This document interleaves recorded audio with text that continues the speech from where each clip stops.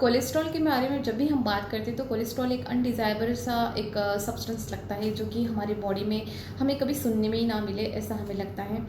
Cholesterol जो है actually दरअसल एक अच्छा कंपोनेंट हम इसे कहेंगे, क्योंकि इसके होने से काफ़ी जो क्रियाएं हैं शरीर में बेहद अच्छे से नॉर्मलाइज रहती हैं। जैसे में कहेंगे कि बाइल एसिड का सीक्रेट होना, सेल मेम्ब्रेन का फॉर्मेशन होना, वाइटामिन्स का सिंथेसिस होना, सेक्स हार्मोन्स को रेगुलेशन में रखना, ये सारे जो काम होते हैं कोलेस्ट्रॉल के प्रेजेंस से ही होते हैं। कंटिन्यू इसके लिए जो है आपका कोलेस्ट्रॉल कैरी होना बेहद ज़रूरी होता है।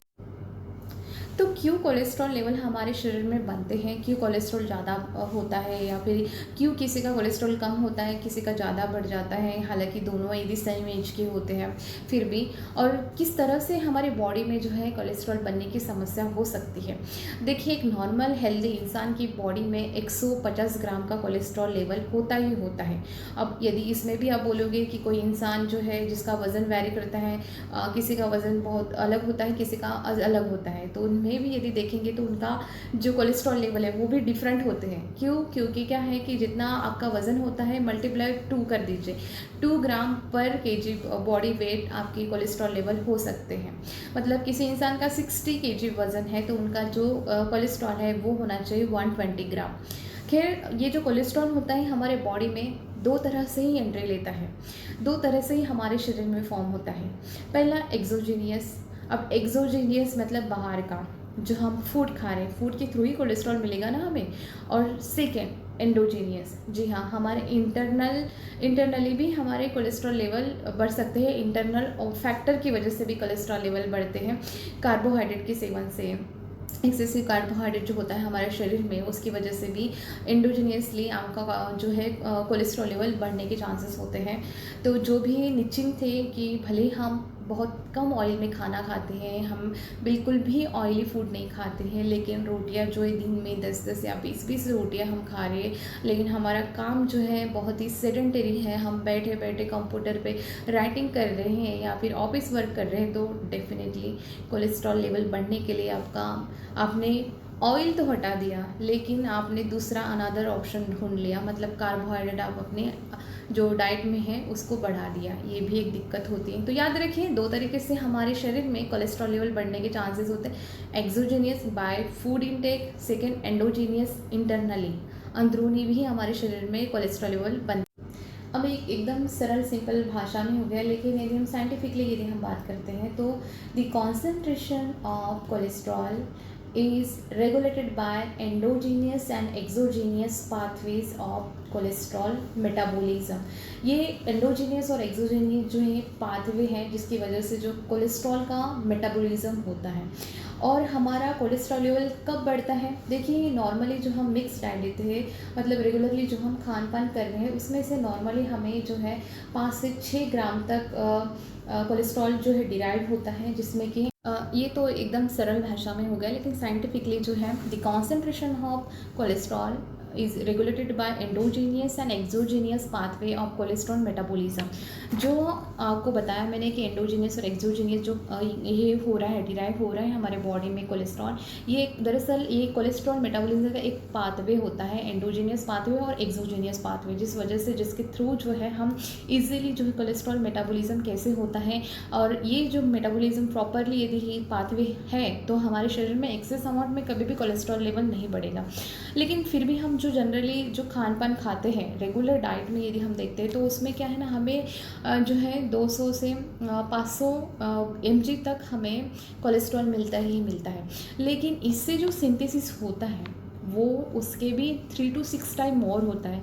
मतलब यदि हम 200 से 500 mg तक भी यदि हम कोलेस्ट्रॉल का इंटेक करते हैं डेली बेसिस में, तो उससे हमारे जो कोलेस्ट्रॉल सिंथेसाइज होता है वो कितना होगा? वो होगा 2 से 5 ग्राम तक। मतलब कि ये 6 टाइम्स मोर हो गया सिंथेसाइज, जो कि हमने मतलब खाया, फूड इंटेक किया, उससे ये कहीं ज़्यादा सिंथेसाइज होता है। उसी फूड से जो है मोर कोलेस्ट्रॉल बॉडी में सिंथेसाइज होता है। सो हमने देखा कि कोलेस्ट्रॉल हमारे लिए इम्पॉर्टेंट भी है, क्योंकि विटामिन्स के सिंथेसिस के लिए, बाइल एसिड के फॉर्मेशन के लिए, सेल मेम्ब्रेन के फॉर्मेशन के लिए, सेक्स हार्मोन के रेगुलेशन के लिए भी इम्पॉर्टेंट है। फिर कई लोग जो होते हैं जो डाइट लेते हैं, कोलेस्ट्रॉल फ्री डाइट लेते हैं, तो उनकी बॉडी में क्या स्थिति होगी। जाहिर सी बात है, उनकी बॉडी से जो एक्सोजीनियस जो आ रहा था कोलेस्ट्रॉल, वो नहीं आ पा रहा है। इस वजह से जो इंटरनली बॉडी में है फैट, उसको लीवर यूटिलाइज करता है कोलेस्ट्रॉल। और जब बहुत ज़्यादा हाई अमाउंट में जब हम कोलेस्ट्रॉल रिच डाइट लेते हैं, तो बॉडी भूल जाती है कि हमें इंटरनली भी कोलेस्ट्रॉल जो है शरीर में बनता है, वो नहीं बनाना चाहती। आ रहा है तो वो स्टेबल है। इसलिए याद रखिए, यदि कोलेस्ट्रॉल जितना कम से कम आप लेंगे, उतना जो है बॉडी इंटरनली जो है कोलेस्ट्रॉल यूज़ करेगी इन सारी चीज़ों के। लेकिन यदि वो इंसान की बॉडी में स्टोर है तो यूज़ करेगी। यदि उनकी बॉडी में फैट स्टोरेज कम है, कोलेस्ट्रॉल नहीं बनेगा ज़्यादा, मतलब एंडोजीनियस वो नहीं। अब देखिए ना, एंडोजीनियस भी क्या है ना, पार्शियली एक्सोजीनियस पे तो डिपेंड है। जब बॉडी फूड से हम इंटेक करेंगे तभी तो जो है एंडोजीनियस कोलेस्ट्रॉल भी शरीर में बनेगा। अब हमारा इंटेस्टाइन भी जो है कोलेस्ट्रॉल सिंथेसिस करता है। कब करता है? जब बाइल का फ्लो इंटेस्टाइन को कम मिलना चालू हो जाता है, तब हमारा इंटेस्टाइन भी जो है कोलेस्ट्रॉल सिंथेसिस करने में लगा रहता है। और केवल 20% पॉपुलेशन ऐसी है जो अपने इंटेस्टाइन को कोलेस्ट्रॉल बनाने में, सिंथेसिस करने में काम में लगाती है। अदरवाइज सारे के सारे जो है इन्हें फीड करते रहते हैं, मतलब ये इंटेस्टाइन को यूज़ ही नहीं करते। मतलब जो है बाइल एसिड जो इनका फ्लो लगातार चालू ही रहता है, जिस वजह से इंटेस्टाइन सिंथेसाइज नहीं करना चाहता है कोलेस्ट्रॉल। आपको भले ही लगेगा कि इतना सारा मैंने बताया, ये काम की चीज़ नहीं थी, लेकिन अब आपके काम में आने वाली है। देखिए, जब हम ओवरली हमारे बॉडी का कोलेस्ट्रॉल रिच जो डाइट हम लेते हैं, तो क्या होता है, हमारे बॉडी का जो एब्जॉर्प्शन होता है, कोलेस्ट्रॉल को एब्जॉर्ब करने की जो ताकत होती है, वो एक तो कम हो जाती है। दूसरा क्या हो रहा है कि बॉडी में जो बाइल एसिड का जो फ्लो है, वो ज़्यादा से ज़्यादा बढ़ जाता है। तीसरा, बॉडी भूल जाती है कि वो भी कोलेस्ट्रॉल सिंथेसिस कर सकती है, या कहें ये तो वो शरीर जो है अंदरूनी जो है नहीं करना चाहता है, सिंथेसाइज बिल्कुल भी रेडी नहीं होता है कि बाहर से आ रहा है तो क्यों हमें अंदर से मशक्क़त करनी है, क्यों हमें कोलेस्ट्रॉल बनाना है। इसीलिए ये सारे जो प्रॉब्लम्स होते हैं, एब्जॉर्प्शन रिड्यूस हो जाता है कोलेस्ट्रॉल का। सेकेंड, बाइल का एसिड का फ्लो बढ़ जाता है। तीसरा, सिंथेसाइज वो जो होता है कोलेस्ट्रॉल सिंथेसाइज कम हो जाता है, मतलब ना के बराबर हो जाता है। तो ये जो समझाना था इसी के रिगार्डिंग था कि यदि आप हाई कोलेस्ट्रॉल डाइट लेते हैं तो आपको ये सारी जो प्रॉब्लम्स होती हैं वो हो सकती है।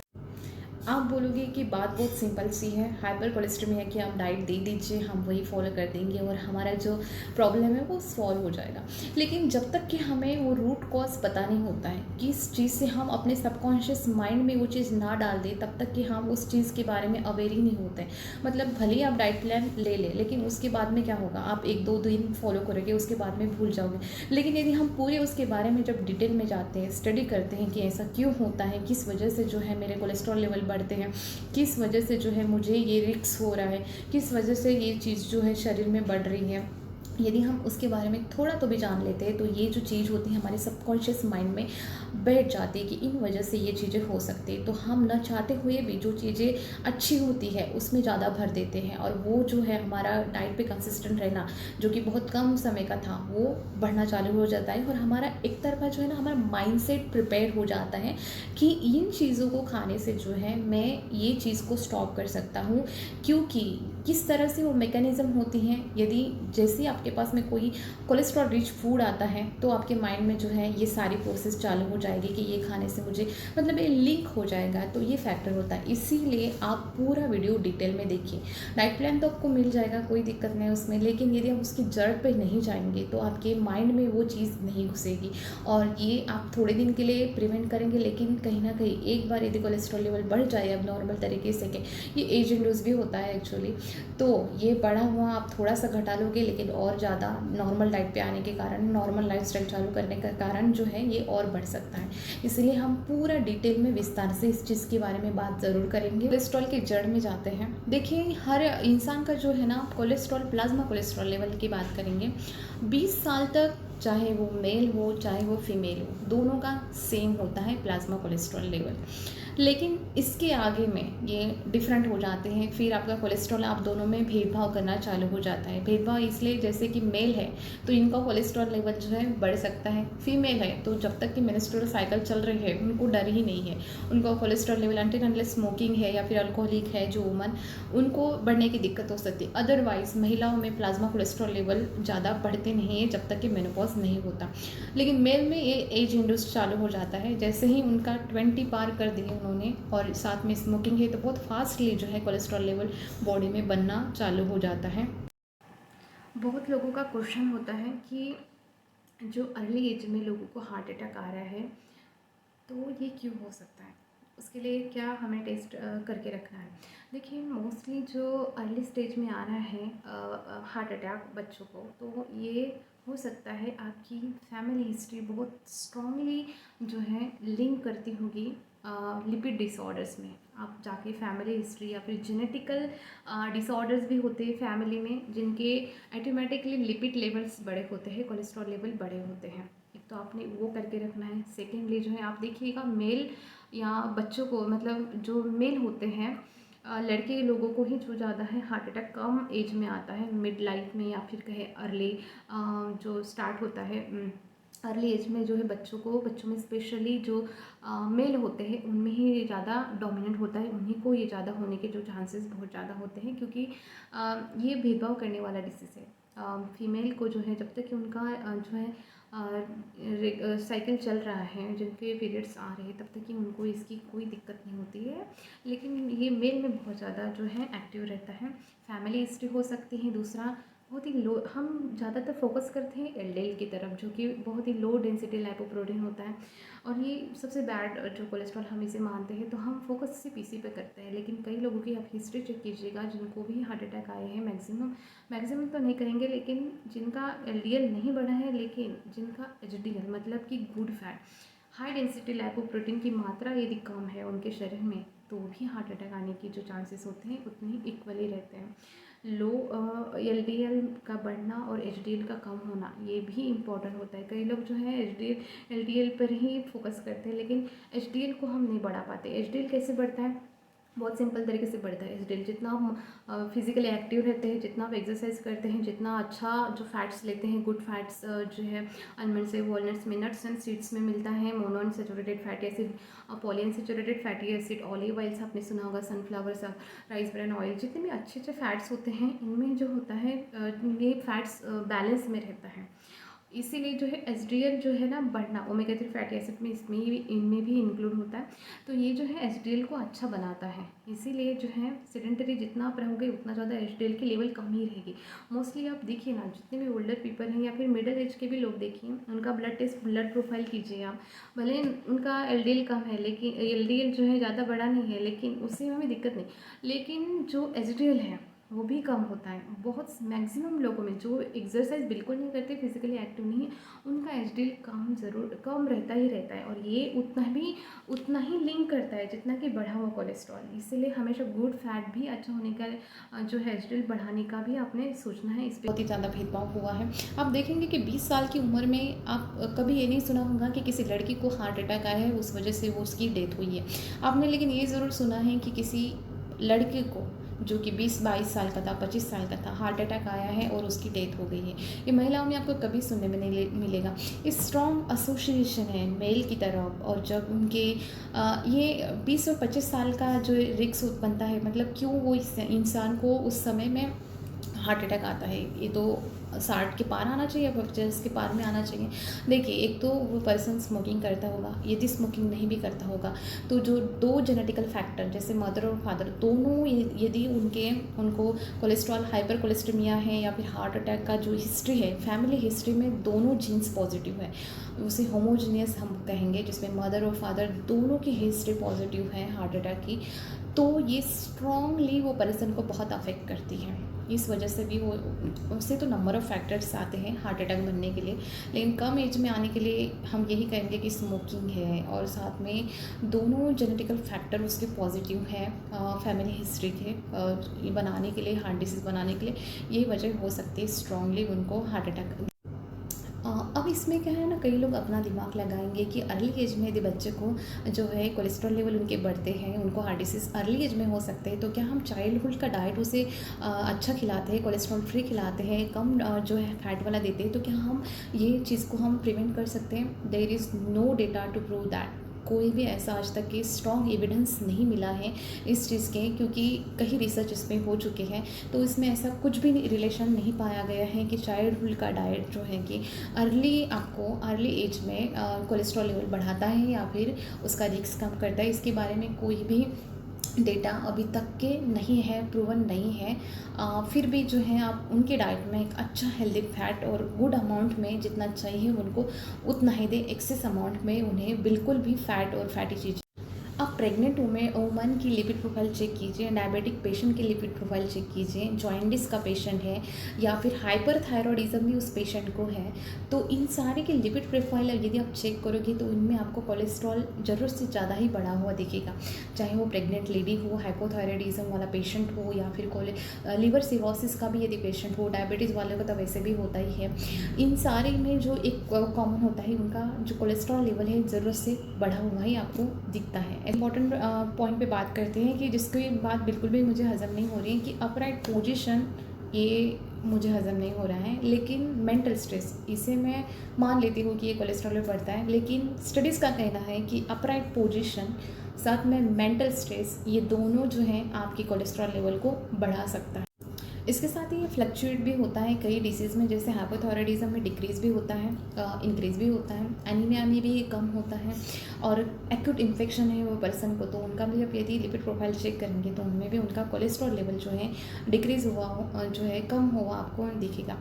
अब कोलेस्ट्रॉल टेस्ट के बारे में जब हम बात करते थे, इसमें भी एक रोचक तथ्य है, जैसे कि कई जो टेस्ट होती है खाली पेट की यानी कि फास्टिंग लेवल में अच्छा रिजल्ट देती है, लेकिन जानकर हैरानी होगी आपको कि ये जो कोलेस्ट्रॉल की स्क्रीनिंग टेस्ट जब हम करते हैं, तो यदि आप फास्टिंग पे है और यदि नॉन फास्टिंग का हेल्दी पर्सन है तो उनका जो कोलेस्ट्रॉल है 250 के नीचे ही आएगा। जो नॉन फास्टिंग पर्सन है और हेल्दी पर्सन है, उनका यदि आप स्क्रीनिंग करते हैं कोलेस्ट्रॉल के लिए तो उनका जो कोलेस्ट्रॉल है 250 के नीचे ही आएगा। अदरवाइज़ वो फास्टिंग करते हैं तो मे भी ये बढ़ा हुआ होता है। तो ये कन्फर्मेशन जो है, यदि इंसान को पहले से ही कोलेस्ट्रॉल है बढ़े हुए हैं उनके लिए जो है ये लागू नहीं होता है, लेकिन हेल्दी पर्सन के लिए जो है यदि वो फास्टिंग नहीं करते और तब उनका ब्लड सैंपल वो देते हैं तो उनका जो कोलेस्ट्रॉल है वो 250 के नीचे ही रहता है, और यदि उनको बन गए हैं कोलेस्ट्रॉल तो उसके बारे में हम नहीं कह सकते। लेकिन जब हम कोलेस्ट्रॉल की स्क्रीनिंग करेंगे तो उसके बाद में यदि हमारा कोलेस्ट्रॉल लेवल 200 से नीचे आता है पर 100 ml ब्लड में, तो क्या दिक्कत हो सकती है? देखिए, जिससे बढ़ा हुआ कोलेस्ट्रॉल भी हमारे लिए प्रॉब्लमेटिक है, उससे सेम यदि कम हुआ कोलेस्ट्रॉल भी हमें प्रॉब्लम ही देता है। इससे क्या है कि कन्फर्मेशन होता है कि मे बी जो कोलॉन कैंसर है या फिर कैंसर्स के जो प्रॉब्लम्स होते हैं, कैंसर हमारे शरीर में मे बी डेवलप हो रहा है, जिससे कि मोर्टेलिटी रेट बढ़ता है। तो यदि आपका नॉर्मल रेंज में है, हल्का सा बढ़ा हुआ है तो भी ठीक है, लेकिन यदि आप ज़रूरत से कम जो लेवल है नॉर्मल उसके रेंज से यदि आपका कोलेस्ट्रॉल लेवल कम आ रहा है तो मे बी जो है कोलॉन कैंसर है या फिर कैंसर का कोई तो भी इंडिकेशन जो है ये आपको दे रहा है। कई लोगों को, कई पेशेंट्स का थिंकिंग होता है कि मे बी कैंसर की वजह से हमारा जो कोलेस्ट्रॉल, प्लाज्मा कोलेस्ट्रॉल लेवल कम आता है, लेकिन स्टडी करने के बाद एक ग्रुप में जो है 5000 मेल को रखा था जिनको कि कोलॉन कैंसर था, और एक ग्रुप में जो है 7000 महिलाएं रखी थी जिनका भी सेम प्रॉब्लम थी, उनको भी कोलॉन कैंसर था। दोनों का यदि देखिए, जब होता है कैंसर तब की बात नहीं है, कैंसर के 10 साल के बाद, 5 साल के बाद में ये जो होता है आपका ब्लड प्लाज्मा कोलेस्ट्रॉल है वो कम आना चालू हो जाता है, जिससे कि क्या है कि मॉर्टेलिटी के रेट बढ़ जाते हैं। तो ये जो दोनों पे स्टडी करने के बाद में दोनों का ही रिजल्ट सेम था। किसी का भी कोलेस्ट्रॉल, जो फीमेल है जो मेल है, दोनों में भी कोलेस्ट्रॉल लेवल बढ़े नहीं थे, प्लाज्मा कोलेस्ट्रॉल लेवल दोनों के भी जो कैंसरजिनस थे उनका कम ही आया था, और यही उनको बहुत ज़्यादा दिक्कत करता था। इवन दैट एज इंड्यूस भी कोलेस्ट्रॉल हमारा बढ़ता है, लेकिन उनका एज जैसे बढ़ रहा था वैसे ही उनका कोलेस्ट्रॉल भी नहीं बढ़ा था, उनका कोलेस्ट्रॉल उल्टा उनसे कम ही आ रहा था। तो ये भी दिक्कत हो सकती है। यदि आपका कोलेस्ट्रॉल लेवल ज़रूरत से कम है, नॉर्मल रेंज से बिलो है, तो डेफिनेटली आप कैंसर की टेस्ट ज़रूर करवाएं। नॉर्मल से यदि कम आपका प्लाज्मा कोलेस्ट्रॉल लेवल आता है तो हमेशा ये डिप्रेसिव सिम्टम दिखाता है। हमेशा इंसान जो है डिप्रेशन में रहता है, हमेशा उनको बहुत चिड़चिड़ाहट होती रहती है और उनका डेथ रेट भी बहुत ज़्यादा होता है। स्टडी जो है स्टिल गोइंग ऑन है इसमें रिसर्च में, लेकिन मैक्सिमम जो इनको फाइंडिंग्स मिली है उनमें जो देखा गया है तो इनका डेथ रेट भी ज़्यादा है और मोस्टली जो है पेशेंट डिप्रेसिव होने की वजह से इनकी सुसाइड की जो रेट्स हैं वो भी लिंक करते हैं लो प्लाज्मा लेवल से। तो याद रखिए अपनी प्लाज्मा लेवल यदि नॉर्मल रेंज में है तो बहुत ही अच्छा होता है और इसे ना कम होना चाहिए ना ज़्यादा बढ़ना चाहिए। बढ़ा हुआ जितना डेंजर है उतना कम होना भी उतना ही डेंजर। अब एक मिथ मैं ब्रश करना चाहती हूँ। देखिए कई लोग जो होते हैं ना, जो ग्रामीण क्षेत्र के होते हैं, उनको यदि कोलेस्ट्रॉल लेवल उनके बढ़ते हैं तो वो डॉक्टर के पास जाते हैं तो वो उन्हें सजेशन देते हैं। एक तो उनका स्मोकिंग उनका फेवरेट रहता है। डॉक्टर के पास जाने के बाद में उन्हें बताते हैं कि वो लो फैट डाइट ले, कम से कम ऑयल में खाना बनाएं और कम से कम ऑयल वाला सोर्स ले। साथ में जो है स्मोकिंग सजेशन के लिए जो है वार्निंग दी जाती है। तो पेशेंट घर में जाता है, वो क्या करता है, स्मोकिंग सजेशन करता है और फैट का कंप्लीट रिस्ट्रिक्शन कर देता है। तो ऐसे में यदि वो पेशेंट की सडन डेथ होती है या फिर उसकी मॉर्टेलिटी रेट बढ़ जाती है, बीमार वो पड़ने लगता है, तो घर के लोग थिंक करते हैं मे बी बंदे ने जो है स्मोकिंग सजेशन किया है, इस वजह से ये दिक्कत हो सकती है। लेकिन प्रॉब्लम कुछ और ही होता है। जब बहुत ही एक्सट्रीम लेवल में हम जो है लो फैट का डाइट लेते हैं तब भी ये दिक्कत आ सकती है। स्मोकिंग छोड़ने से है हमें तो फ़ायदा ही फ़ायदा होता है। ये कभी भी हमारे शरीर के लिए अच्छी नहीं होती। स्मोकिंग बहुत डेंजरस होती है, हज़ार्डस होती है, कभी भी शरीर के लिए फ़ायदेमंद तो बिल्कुल भी नहीं होती है। तो स्मोकिंग के स्टॉप करने की वजह से नहीं, तो आपने एक्सट्रीम लेवल का फैट कट डाउन करने की वजह से ये दिक्कत होती है। देखिए हमारे जैसे प्रोटीन ने, आपने देखा होगा मेरा वीडियो था प्रोटीन के बारे में कि अब जो इसेंशियल और नॉन इसेंशियल दो टाइप के प्रोटीन होते हैं, सेम उसी तरह जो है हमारे फैट्स जो है ना, इसमें भी इसेंशियल और नॉन इसेंशियल फैटी एसिड्स होते हैं। अब जो शरीर में बनते हैं वो जो है वो हम नहीं ले तो भी चलता है, लेकिन जो नहीं बनते हैं जैसे कि ओमेगा 3 फैटी एसिड्स हैं, मूफा फूफा है, हमें क्यों इतना सब सोचना पड़ता है। हम जब भी ऑयल के बारे में जब भी हम सोचते हैं तो हमें मोनो अनसैचुरेटेड फैटी एसिड, इसमें मैं अलग से वीडियो बनाऊँगी। तो ये जो होते हैं ना ऑयल्स, इसमें जो है अच्छा एक रेशो होता है ओमेगा 3 और ओमेगा 6 का।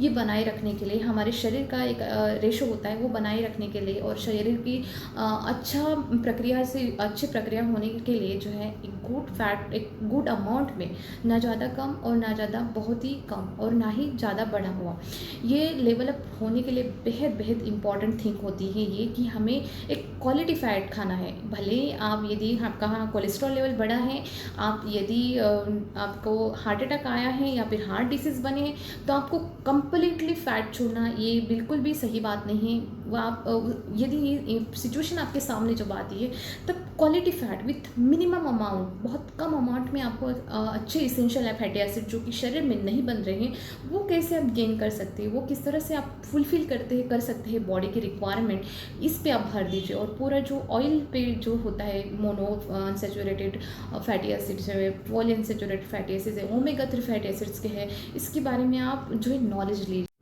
वैसे बोला जाए तो फैट्स और कोलेस्ट्रॉल के बारे में काफ़ी डीप में हम जा सकते हैं और बहुत ही वास्ट ये टॉपिक है, तो वीडियो बहुत ही लंबा हो जाएगा। तो हम क्या करेंगे, हम एक ही टॉपिक पकड़ेंगे, हाइपर कोलेस्ट्रेमिया। तो आज के इस वीडियो में हम सिर्फ बात करने वाले हैं हाइपर कोलेस्ट्रेमिया के बारे में। इसके लिए हमें जो है स्क्रीनिंग कैसे करेंगे, मतलब हम अपने टेस्ट के किस तरह से हमें करना चाहिए और किस तरह से हम इसका मैनेजमेंट कर सकते हैं घर में भी। देखिए एक बढ़ा हुआ कोलेस्ट्रॉल जो है ना, फर्स्ट स्टेप और फर्स्ट ट्रीटमेंट इसकी होती है dietary modification plus lifestyle management. दो चीज़ें ही पहले जो होती है कोलेस्ट्रॉल कम करने के लिए कारगर होती हैं। यदि इससे भी आपका कोलेस्ट्रॉल लेवल नहीं कम होता है तभी आप डॉक्टर के पास जाते हैं। अदरवाइज बढ़ा हुआ कोलेस्ट्रॉल आप डॉक्टर के पास लेके जाते हैं, ये कोई प्रॉब्लम नहीं होता है। ये आपका लाइफस्टाइल मैनेजमेंट करने का और डाइटरी पैटर्न चेंज करने का जो है अब समय आ चुका होता है।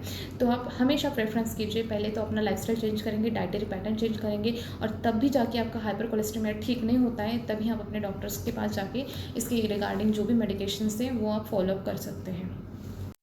इसके साथ ही ये फ्लक्चुएट भी होता है कई डिसीज़ में, जैसे हाइपोथायराइडिज्म में डिक्रीज़ भी होता है, इंक्रीज़ भी होता है, एनीमिया में भी कम होता है, और एक्यूट इन्फेक्शन है वो पर्सन को, तो उनका भी आप यदि लिपिड प्रोफाइल चेक करेंगे तो उनमें भी उनका कोलेस्ट्रॉल लेवल जो है डिक्रीज़ हुआ हो, जो है कम हुआ आपको दिखेगा। एक बात है कि जो आप सोचेंगे कि ये जो सबसे पहले और इम्पॉर्टेंट बात, जैसे यदि आपको दूसरे दिन ब्लड टेस्ट देने के लिए जाना है तो उसके पहले अपना रूटीन जो एज़ इट इज़ आप फॉलो करते हैं, एज़ इट इज़ डाइट आप फॉलो करते हैं, वो ही करना है। आपको कुछ नया नहीं करना है। एक दिन में जो है आपके टेस्ट गलत आ सकते हैं, तो आप जो रेगुलरिटी आप कर रहे हैं वही करें। और जब आप टेस्ट देने जाते हैं, ब्लड सैंपल देने जाते हैं, तो उसके पहले 15 मिनट आप अच्छे से रिलैक्स हो जाइए। क्यों रिलैक्स होना है? जैसे हम बाहर से कहीं जाते हैं तो हमारी बॉडी में फ्री फ्लोटिंग रेडिकल्स होते हैं, फ्री फ्लोटिंग फैटी एसिड्स होते हैं। उस वजह से जो है आपके जो कोलेस्ट्रॉल लेवल से वो बढ़े हुए आपको दिख सकते हैं। यदि पेशेंट डायबिटीज़ है, स्टेरॉयड ले रहा है या फिर एस्ट्रोजन हार्मोन थेरेपी ले रहा है, हाइपोथायराइडिज्म है, तो इन केसेस में या फिर किडनी उनकी डैमेज हो चुकी है, किडनी डिसीज़ में है पेशेंट, तो उनके जो कोलेस्ट्रॉल लेवल है हमेशा जो है बढ़े हुए ही दिखते हैं। तो याद रखिए कि हमेशा जो है ना रूटीन डाइट फॉलो करना है, रूटीन लाइफस्टाइल फॉलो करना है और जाने के तत्काल में ब्लड निकालने नहीं देना है। थोड़ा देर जो है हमें बैठना है, आराम से हो सके तो आप पानी थोड़ा पी सकते हैं। तो 15 मिनट के बाद ही अपना जो ब्लड है आप उनको दे। अब बात कोलेस्ट्रॉल की हो और अंडे की बात ना हो, ये हो ही नहीं सकता। कई लोगों को एक फोबिया होता है कि अंडे के सेवन से जो है कोलेस्ट्रॉल लेवल बढ़ सकता है, एनिमल प्रोटीन से कोलेस्ट्रॉल लेवल बढ़ सकता है। खैर हम अंडे की बात करते हैं तो सम स्टडी जो है रिवील करती हैं कि अंडा खाने से, एक खाने से जो है कोलेस्ट्रॉल लेवल जो है प्लाज्मा सीरम कोलेस्ट्रॉल लेवल बढ़ता है। लेकिन कई जो ऐसी टेस्ट स्टडीज़ हैं वो इसे इग्नोर भी करती हैं। अब एग्ज़ाम्पल के तौर में मैं बताना चाहूँगी कि 88 ईयर्स ओल्ड मैन जो कि रोज़ाना 25 अंडे का सेवन करते थे, उन्हें अपनी लाइफ में, उनका जो लाइफ स्पैन था 110 ईयर्स था, कभी भी हार्ट अटैक या फिर कहे कोलेस्ट्रॉल लेवल का बढ़ना, कभी भी ये दिक्कत उनको हुई नहीं।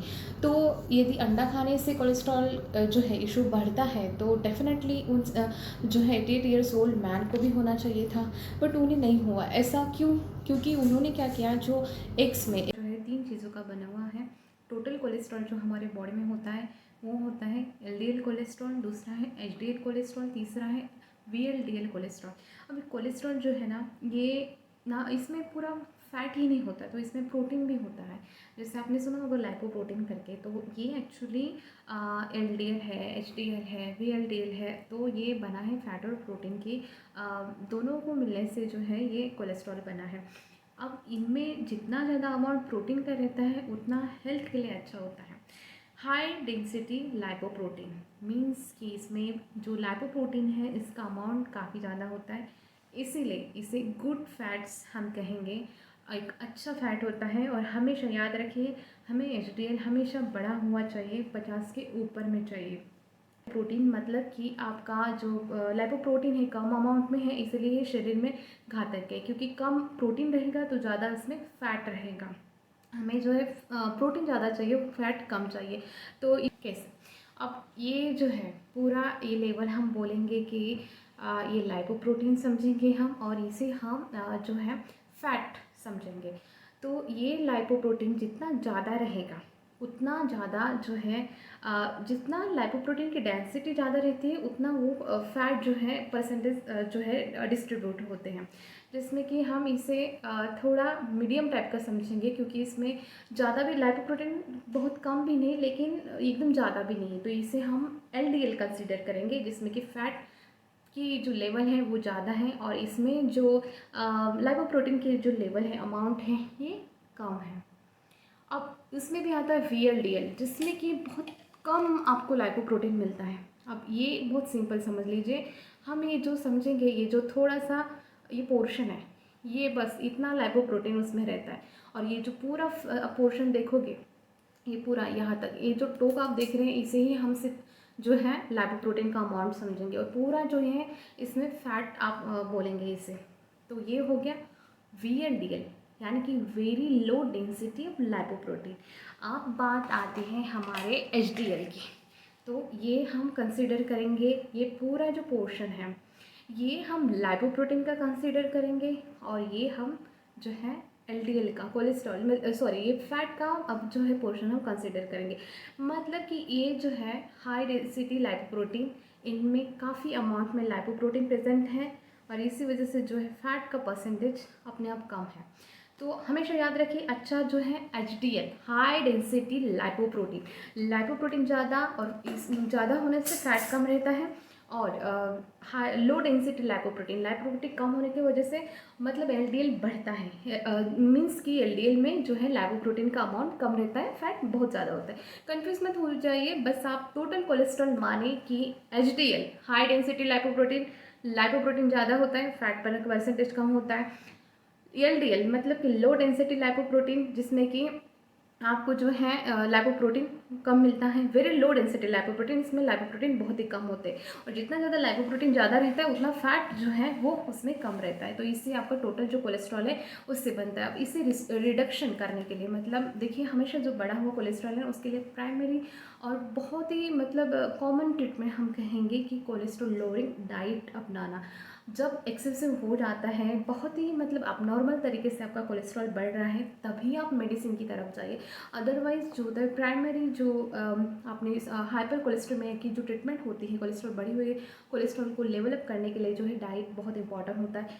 सिजेशन ऑफ स्मोकिंग, अल्कोहल का रिडक्शन और वेट लॉस, और साथ में अच्छा फैट में यदि जाते हैं डाइट पे वर्क करते हैं, तो सबसे पहले आप क्या काम करोगे? बहुत सिंपल है, आप घर जाओगे और सबसे पहले आप क्या करोगे, जो भी आप ऑयल का इंटेक है वो बहुत ही निग्लिजिबल कर दोगे। मतलब जो है कि बहुत ही ज़ीरो, या फिर कहीं ज़ीरो तो नहीं हो सकता है, क्योंकि जो सीरियल्स है, पल्सेस है, उनमें भी फ़ैट होता है, हिडन फैट, इनविजिबल फैट हम उसे कहते हैं। तो आप क्या करोगे, बहुत ही कम जो है, जैसे एक नॉर्मल गाइडलाइंस है कि हमारी जो टोटल डाइट होती है उसमें से 22 या 25 के परसेंटेज की तुलना में हमारा जो है फ़ैट होना चाहिए, फ़ैट की एनर्जी आनी चाहिए उसमें से। और उसमें से जो इम्पॉर्टेंट पॉइंट ये है कि जो सैचुरेटेड फैट होता है उसका इंटेक 7% से भी ज़्यादा होना चाहिए। जो टोटल 22% हमारा फैट इंटेक है उनमें से लेस दैन 7% हमारा सैचुरेटेड फैट हमारे डाइट में आना चाहिए। अब जब हमें कोलेस्ट्रॉल लोअर करना है तो सबसे इम्पोर्टेंट बात क्या करनी है, हमें बिल्कुल भी एलिमिनेट नहीं करना है फ़ैट को। क्या होता है ना, डिनॉर्निश डाइट है, बहुत हिस्टोरिकल मतलब इसका बहुत इंपॉर्टेंस है। बहुत से जो है यूरोपियन कंट्रीज़ इसे फॉलो करते हैं, डीन ऑर्निश डाइट का काफ़ी समय से ये चल रहा है, या फिर कहेंगे प्योर वेजिटेरियन डाइट। इसमें क्या है कि लोग जो है ना टोटली जो है फैट इंटेक बिल्कुल एलिमिनेट कर देते हैं, लेकिन कार्ब का इंटेक बढ़ने की वजह से, मतलब आपने फ़ैट तो कम कर लिया लेकिन कार्ब का इंटेक आपने हल्का सा बढ़ा दी। आपको लगा कि आपने फ़ैट को तो निकाल फेंक दिए हैं, अब थोड़ा एक दो रोटी खा लेते हैं, थोड़ा सा चावल हम खा लेते हैं, तो इसमें कौन सी दिक्कत होने वाली है। तो ऐसा करने से क्या होगा, आपके एलडीएल लो डेंसिटी लाइपोप्रोटीन की तो लेवल कम हो जाएगी, लेकिन जो ट्राइग्लिसराइड है वो आपका बढ़ सकता है। ज़्यादा कार्बोहाइड्रेट का इंटेक से कहेंगे कि मैक्सिमम ज़्यादा कैलोरीज की वजह से कहेंगे ये जो ट्राइग्लिसराइड है ये ज़्यादा बढ़ने की संभावना रहती है। तो इसीलिए ये गलती हम नहीं करेंगे, हम एक प्रॉपर जो है चीज़ों को समझेंगे और उसी का अनुसरण करके अच्छे से प्रॉपर वे से, क्योंकि देखिए ना आप बहुत ज़्यादा कम कर दोगे, डाइट से फ़ैट निकाल दोगे तो आपकी हार्मोन्स को जो चाहिए, फ़ैट चाहिए, फैट सोल्युबल वाइटामिन्स हैं उसके लिए जो है फ़ैट चाहिए रहता है, सेल मेम्ब्रेन बनाने के लिए आपके कोलेस्ट्रॉल चाहिए रहता है, बहुत सारी चीज़ें होती है बॉडी में बनने के लिए, उसके लिए फ़ैट की एक अच्छे फ़ैट की जो कोलेस्ट्रॉल की लेवल है होना बहुत ज़रूरी होता है। क्योंकि आपको पता ही है, मैंने बताया था वीडियो के स्टार्टिंग में, जैसे कि प्रोटीन में नॉन एसेंशियल जो एसेंशियल प्रोटीन हमारे बॉडी में बनते हैं, नॉन एसेंशियल नहीं बनते, तो हम डाइट के थ्रू वो लेते हैं। Same cheese goes on fat also. Fat में जो है जो कुछ फैटी एसिड बॉडी में अंदर से बन जाते हैं, लेकिन जो हमें कुछ बहुत इंपॉर्टेंट होते हैं लेकिन हम वो हमारे बॉडी में नहीं बना पाते, इसलिए हम फूड के थ्रू हम इंटेक करते हैं, इसलिए वो फैटी एसिड हमें नहीं मिल पाएंगे। तो ओवरऑल जो हमारी एक अच्छी जो है मतलब बैलेंस जो फूड का हमारा इंटेक होना चाहिए वो नहीं हो पाएगा। तो चलिए आगे वीडियो है काफ़ी लंबा हुआ है, लेकिन आई होप आपको ये इन्फॉर्मेटिव लगा है, तो आप ज़रूर इसे जो चैनल को सब्सक्राइब ज़रूर कीजिए। बहुत सारे एविडेंस है, बहुत सारे रिसर्च जो है कोलेस्ट्रॉल पे है, लेकिन हम उन सारों को एक वीडियो में तब्दील नहीं कर सकते हैं। जैसे कि बहुत लोगों को क्वेश्चंस होता है कि मूफा यानी कि मोनोअनसैचुरेटेड फैटी एसिड्स क्या होते हैं, पॉलीअनसैचुरेटेड फैटी एसिड्स क्या होते हैं, सैचुरेटेड फैटी एसिड्स क्या होते हैं, इनमें बहुत कन्फ्यूज़न होता है, तो इसका हम अलग से वीडियो बनाते हैं। देखते हैं कि मोस्टली जो भी कोलेस्ट्रॉल के हर टॉपिक पे हम बात करें और अलग अलग वीडियो बनाने की मैं कोशिश ज़रूर करूँगी। लेकिन जाते जाते मैं सिंपली एक बात क्लियर करती हूँ कि सैचुरेटेड फैट क्या होता है। जितना भी जो मतलब नॉर्मल रूम टेम्परेचर पे लिक्विड नहीं हो, डालडा हो या फिर घी हो, इनमें जो भी चीज़ जो है नॉर्मल टेम्परेचर में जमी हुई है वो हम स्पेशली कहेंगे कि जिसमें सैचुरेटेड फैट बहुत ज़्यादा होता है, कंटेंट बहुत ज़्यादा होता है, और जो तरल रहते हैं ऑयल जैसे, तो उनमें सैचुरेटेड फैट कम रहता है। बस आप इतना ध्यान रखिए। और वीडियो जो अच्छा लगे, इन्फॉर्मेटिव लगे तो लाइक और कमेंट ज़रूर कीजिए। और